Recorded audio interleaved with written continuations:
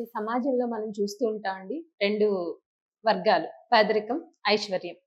పేదరికం కొంతమంది ఎన్ని పూజలు చేసినా, ఎన్ని వ్రతాలు లేకపోతే ఎన్ని గుళ్ళు, గోపురాలు చూసి తిరుగుతూ ఉంటారు. కానీ వాళ్ళు పేదరికం అంతే స్థాయిలో ఉంటుంది. అలాగే కష్టాలు అనుభవిస్తారు. కొంతమంది ఐశ్వర్యవంతులు వాళ్ళు దేవుడు లేడు అని మాట్లాడొచ్చు. లేదా పూజలవి చేయరు. అయినా వాళ్ళు ఐశ్వర్యవంతులుగానే ఉంటారు. అసలు ఈ తారతమ్యాన్ని మనం ఎలా చూడాలంటారు? ముందు ఐశ్వర్యము, పేదరికము హ్మ్. అనేది ఎట్లా చూస్తున్నారు మనకు సమాజంలో? డబ్బులు బేరీజ్ డబ్బులు. చేసుకొని చూస్తున్నారు. అంతే. అవునండి. అంటే ఐశ్వర్యం ఉంటే డబ్బులు, బంగ్లాలు, హ్మ్. హోదా, పలుకుబడి, ఫ్యామిలీ బ్యాక్గ్రౌండ్, మరి వాళ్ళు వేసుకున్న ఆర్నమెంట్స్, వేసుకున్న దుస్తులు, ఉండే కార్లు, ఇవన్నీ ఐశ్వర్యము అని అవును. నమ్ముతున్నారు. కంటికి లైవ్లో కనిపిస్తుంటాయి కాబట్టి. కానీ అంతకన్నా ఐశ్వర్యం, వాటన్నిటికన్నా గొప్ప ఐశ్వర్యం మానసిక సంపన్నత కావాలి ముందు. ఎలా ఆలోచించాలి, ఎలా బిహేవ్ చేయాలి. ఇప్పుడు నేను చెప్పినటువంటి ఈ బంగ్లాలు, ఆస్తిపాస్తులు అనేటువంటి ఐశ్వర్యంతో ఇంకొకరి పేదరికాన్ని ఎక్కిరించడము దరిద్రుడేవాడు. హ్మ్. ఆ డబ్బులతో నా ఇంత డబ్బు ఉంది, నీ దగ్గర ఎంత ఉంది అని అతని పేదరికాన్ని ఎక్కిరించడం అతనికన్నా ఇతనే దరిద్రుడు. హ్మ్. హ్మ్. అంటే మానసిక పరిపక్వత ఉండాలి మానసిక అంటారు. పరిపక్వత మించినటువంటి సంపద ఇంకొకటి లేదు. హ్మ్. జ్ఞానాగ్ని దగ్ధ కర్మణం. హ్మ్. జ్ఞానంతో కర్మను దగ్ధం చేయొచ్చు. హ్మ్. జ్ఞానం ఎప్పుడు వస్తుంది? ధ్యానం చేయడం ద్వారా వస్తుంది. ధ్యానము అంటే తపస్సు. తపస్సు చేయడం ద్వారా మహాశక్తి వస్తుంది. హ్మ్. ఆ తపస్సు ద్వారా సంపాదించినటువంటి క్యాష్ మనకు మెటీరియలిస్టిక్గా కనిపించదు. అది ఇక్కడ ఉంటుంది. కాబట్టి వాళ్ళు పూజ చేయలేదు, వాళ్ళకి డబ్బులు ఉంటుంది, కానీ జ్ఞానం ఉండదు. ఇంకొకరిని ఎక్కిరించేటి ఒక వికలాంగులని చెప్పొచ్చు. అంత జ్ఞానము, అంత సంపద ఉండి గొప్ప వాళ్ళు ఉన్నారు, దాని కాదని లేదు. అవును. నిజమైన సంపద ఏది? డబ్బుతో కొనలేనిది జ్ఞానం, సరైన ఆలోచన విధానం. ఇది సంపద. దాని మించిన సంపద ఇంకోట్లేదు. సరే, అట్లా కూడా బాగా డబ్బులున్న వ్యక్తి ఒక డబ్బులేని వ్యక్తిని తీసుకుంటే, ఒక ఒక 4-5 అంతస్తులు ఒక బిల్డింగ్ ఉంటుంది. ఎదురుగా ఒక చిన్న పూరిపాక ఉంటుంది. అందులో ఒక పేదవాడు ఉంటాడు. అతను అమ్మవారి భక్తుడు. హ్మ్. నిత్యం అమ్మవారికి హారతి ఇచ్చి గంట కొడుతూనే ఉంటాడు. ఇతను ఏ ఆరాధన చేయడు. ఒక మంచి లగ్జరీ కార్లో లోపలికి వెళ్తాడు. పైనుంచి పనులతో కిందకు ఉంచుతూ ఉంటాడు. హ్మ్. ఇతను చూసి ఇతనికి అసహ్యం. ఎందుకు వీడు పూజలు చేసేది, నా ఇది చూడనేసి ఇతను చూస్తూ ఉంటాడు. అతన్ని అహంకారం చూస్తూ ఉంటాడు. అమ్మవారికి చెప్తూ ఉంటాడు. ఇలా జరుగుతూ ఉంటుంది. హ్మ్. వన్ ఫైన్ డే ఇలా కొద్ది కాలం తర్వాత ఇతనికి రోషం వస్తుంది, ఈ పేదవాడికి, అమ్మవారి భక్తుడికి. సరే, అతను ఛాలెంజ్ చేసి చెప్తాడు, ఈరోజు నీకన్నా నేను సంపన్నుడు అవుతాను అని ఛాలెంజ్ చేసి బయలుదేరుతాడు. తనకున్న చిన్నపాటి ఒక స్కూటర్ ఆడు నిజంగా భయపడతాడు. ఈరోజు ఏదో చేస్తాడు వీడు, హ్మ్. రియల్గా ఇన్ని రోజులు రాని అమ్మవారి నిజంగా వచ్చి నీకు ఏదో చేయబోతుందని ఆలోచించి ఇతను ఫాలో అవుతాడు. అతను ఒక భీకరమైన అడవిలోకి వెళ్తాడు. వెళ్ళి ఒక మర్రి చెట్టు కింద కూర్చొని అమ్మవారిని పిలవడం ప్రారంభిస్తాడు. హుహు. జగన్మాత స్తోత్రాలని చదువుతూ ఓహ్! ఉంటాడు. ఇతను తెలివిగా చెట్టు పైన కూర్చుంటాడు. ఏం చేస్తాడు చూద్దాము అని.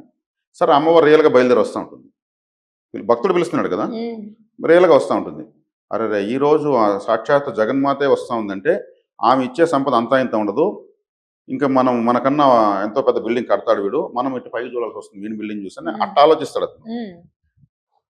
సరే, ఆమె వస్తా ఉంటే ఈ సంపన్నుడు అమ్మ ఆగమ్మ అంటాడు. అక్కడ చెట్లోనే హ్మ్. ఆమె ఆగుతుంది. ఎవరినైనా అంటే నేను వచ్చానమ్మా, ఏం దేనికి పిలిచాను అని అంటుంది. మీరు అతను పిలిచాడు మీ భక్తుడు, హ్మ్. అతనికి మీరు ఏమి ఇస్తారో అంతకు 2 రెట్లు నాకు ఇవ్వాలంటాడు. ఓహ్! హ్మ్. అతనికి ఏమి ఇస్తారో అతనికి 2 దానికి రెట్లు 2 అంతకంత రెట్లు నాకు నాకివ్వాలి. ఇచ్చేయాలంటాడు. అవును. హ్మ్. తదాస్తూ ఉంటుంది ఆమె. ఇప్పుడు వీడు ఏమి కోరినా అంతకు 2 రెట్లు 2 ఇవ్వాలి కదా. రెట్లు ఇవ్వాలి. అవును కదండీ. హ్మ్. ఇప్పుడు అతను గెలిచినట్టే కదా ఇప్పటి వరకు అయితే. అవును. సరే, అమ్మవారి కిందకి వస్తుంది. ఈ భక్తుని అడుగుతుంది, ఆయన పిలిచావు నీకేం కావాలంటుంది. అమ్మ నాకు ఒక కన్ను తీసేచ్చాలంటాడు. నీ భక్తి నాకు ఎట్లా ఉంది, నీ ఆశీర్వాదం ఉంది, దర్శనమైంది, ఇంతకు మించి నాకేం కావాలమ్మా?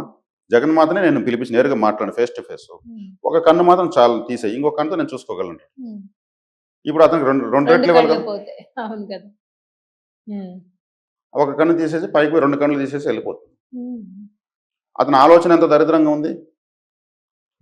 సాధన చేసింది ఇతను, అమ్మవారిని ప్రత్యక్షం చేస్తుంది అవును. ఇతను, అవును.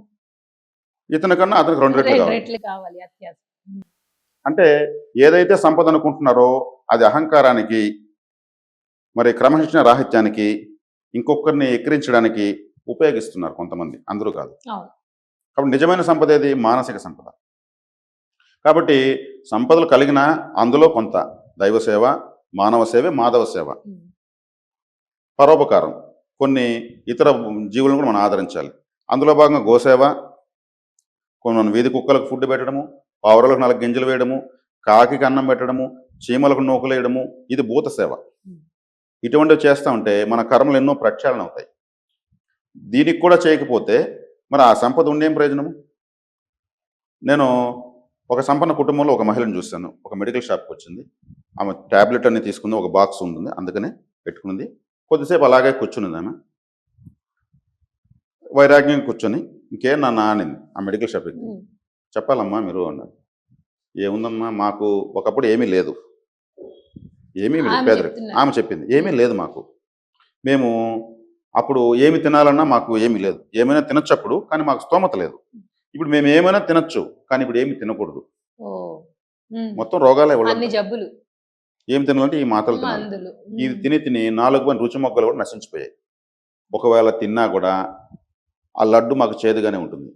రుచి మొగ్గలు నశించిపోయినప్పుడు ఏముంటుంది? ఈ మెడిసిన్స్ తిని తిని రివర్స్ వచ్చి ఆ మెడిసిన్ ఎఫెక్ట్ అని ఏడ్చిందని. అయ్యో. మరి సంపన్నులు ఎవరు? పేదవాడు ఉండి ఆరోగ్యంగా ఉన్నవాడు సంపన్నుడే కదా. ఖచ్చితంగా అండి. మరి సంపన్నత నిజంగా ఎక్కడుంది? దారిద్ర్యం మానసికంగా పెరగకూడదు. అది పెరిగిందంటే రాబోయే జన్మ కూడా అక్కడ కారణ లోకంలో మాస్టర్స్ ఉంటారు. బాబు నువ్వు ఇంత మిస్బిహేవింగ్ చేసావు, నువ్వు ఇప్పుడు వెళ్ళి ఏ కుండలో చేసిన వాళ్ళు కట్టెలు కొట్టే వాళ్ళ ఇంట్లో పుట్టు, నిజంగా నీకు జీవితం విలువ తెలుస్తుంది, ఇది నీ చార్ట్ ప్రిపేర్ అయింది అని ఒక 10 ఫ్యామిలీస్ చూపిస్తారు. అప్పుడే పెళ్లి చేసుకునే వాళ్ళు. ఈక్వల్ ఫెసిలిటీస్ ఉంటాయి వాళ్ళకు.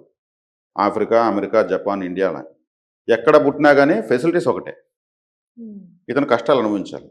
తత్సంబంధమైన కుటుంబంలోకి అతనే నెట్టేస్తారు. ఇప్పుడు ర్యాంక్ స్టూడెంట్కి కాలేజ్ తను సెలెక్ట్ చేసుకోవచ్చు. అవును. నీకు నచ్చిన కాలేజీలు ఇస్తాను. మార్కులు రాని వాళ్ళకు ఫీజు కట్టాలి, లేదంటే అసలు తీసుకోరు. సేమ్ ఈ సిస్టమే పైన కూడా జరుగుతుంది.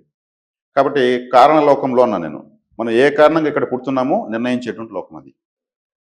కాబట్టి ఇలా ఉంటుంది. సంపన్నత అనేది ఫస్ట్ మనం మానసికంగా ఎంత అభివృద్ధి చెందుతామో సంపద అనేది వన్ ఫైన్ డే మనకు అద్భుతంగా వస్తుంది. మంచి పిల్లలు పుడతారు, చక్కటి భార్య వస్తుంది, చక్కటి స్నేహితులు ఉంటారు, సమాజంలో విలువ పెరుగుతుంది. ఇవి సంపదలు. శుభ్రంగా ఆలోచన చేయకపోతే, ఈ ఆలోచన అనేటువంటి ఫైనాన్స్ మనం సంపాదించకపోతే, మనం ఏదైతే పట్టుకుంటున్నామో కాయిన్స్, కరెన్సీ నోట్స్, అది సంపద కానే కాదు. అది అవసరమే, దాన్ని కాదనలేదు నేను, కాదు.